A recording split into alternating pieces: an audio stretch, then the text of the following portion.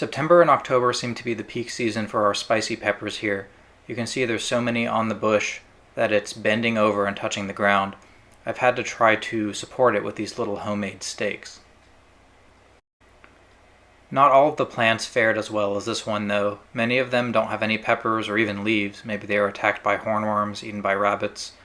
Who knows, but that's why we planted 40 of these plants, so we'd have plenty just in case some of them didn't work.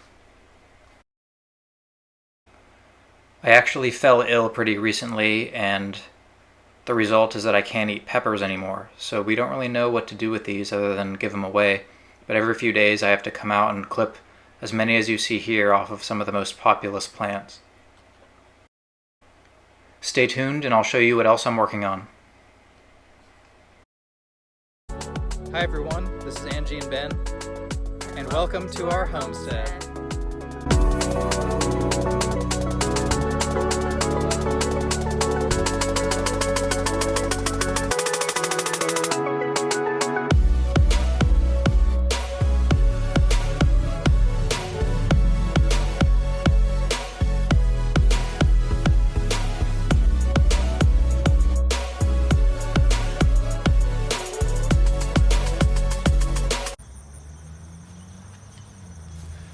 Good morning everyone. Our compost pile is getting a bit crazy. I'm gonna see if I can clean it up.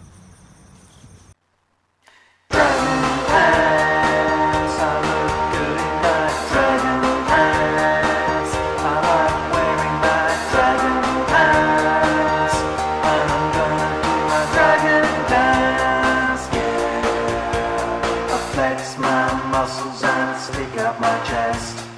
Today I won't be wearing a vest. I've got dragon pants. Dragon pants. You can keep your Frankie Sabre lax t-shirts. Your dealy boppers on your rah-rah skirts. I've got dragon pants. I look good in my dragon pants.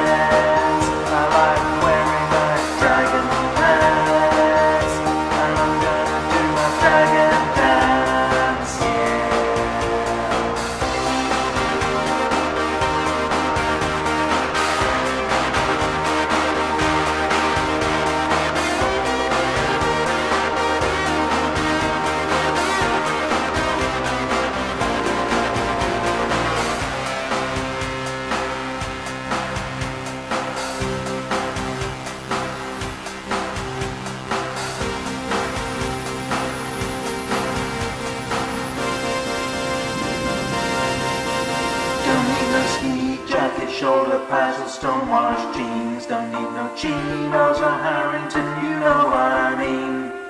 I don't need no leg warmers, my legs are hot. But I might just wear a piano tie knot.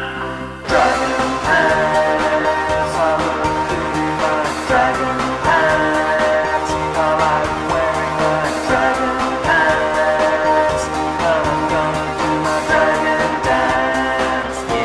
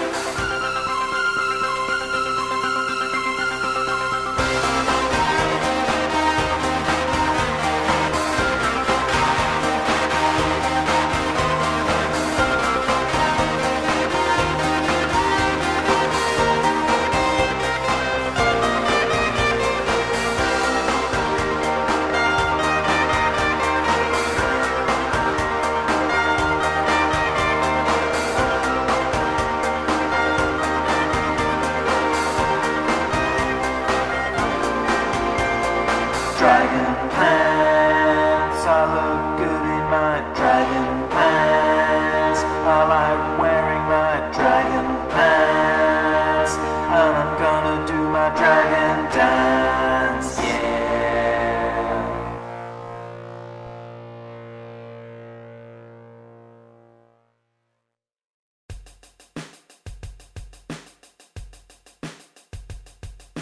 I like wearing my Hi-Tec boots, they really look neat. They're nice and white and they got a blue stripe, and I wear them on my feet.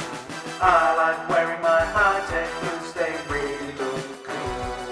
I put my brown school shoes in my brown school bag so I don't look like a fool. In my Hi-Tec boots I'm part of the gang. We're thinking of starting a heavy metal band. We're into Dio, Saxon and Manowar, and we're rocking out tonight.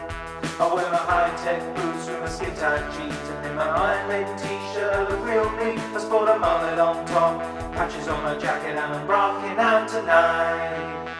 I like wearing my Hi-Tec boots, they really look neat. They're nice and white and they've got a blue stripe, and I wear them on my feet. I like wearing my Hi-Tec boots, they really look cool.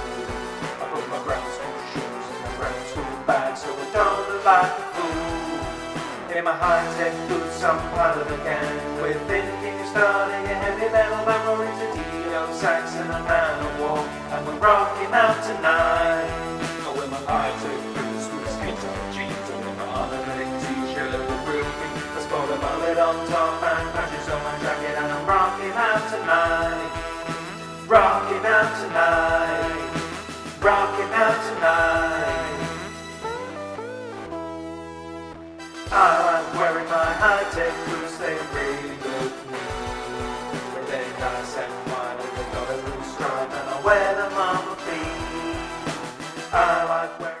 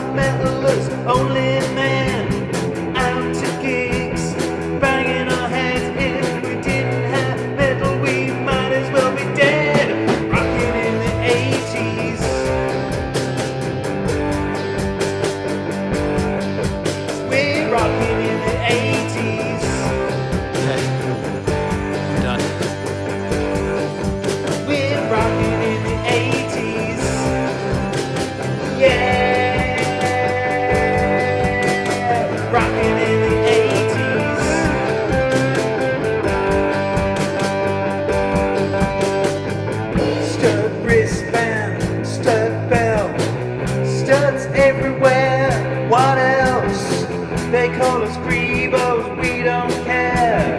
It took me ages to grow my hair. Smoking fags, drinking booze. If you tell me to turn it down, I'll blow my fuse. We greet each other with a sign of the horns. If we didn't have metal, we wish we weren't born.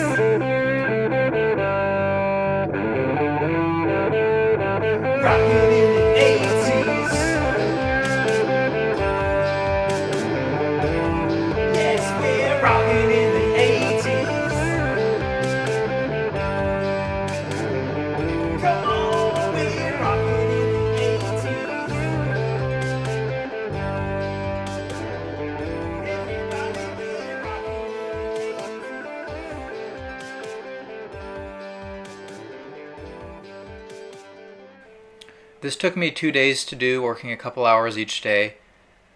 Basically what I wanted to do was put in fresh pallets for a 2-stall system. The other pallets, I'll just save them nearby for another project. The setup of this second stall was identical to that of the first, so I don't actually have all of the footage here showing the same thing.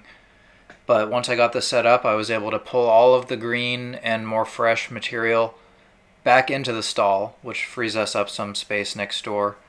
But this process of moving all these piles back and forth all day, it's pretty hard work.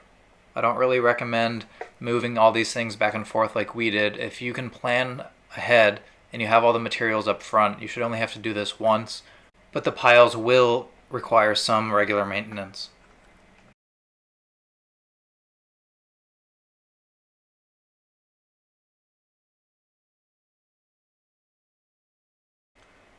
The idea behind the multi-chamber compost pile is that you put the new fresh yard waste and vegetable waste in one side to break down for however many months to a year you need it to break down for, while you can take compost straight out of the other side. This multi-chamber setup is going to make it a lot easier for us to break down our compost that we plan to use as soonest. Basically what we have to do is keep it wet and keep it stirred up so there's no dry layers forming and protecting it from breaking down. Well, that wraps up this month's video. Thanks for watching. If you have any ideas on what you'd like us to record for the future, please leave it in the comment section. Now that the weather's a bit cooler for the rest of the year, you can expect us to be getting a lot done preparing the land and the compost for next year.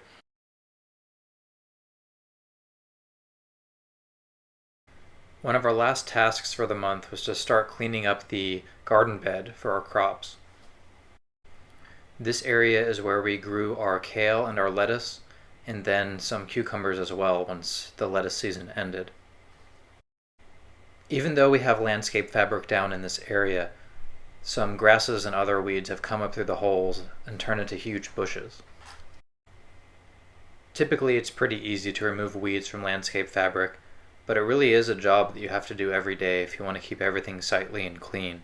Otherwise you just have to do a big job each growing season just to clear out the bed.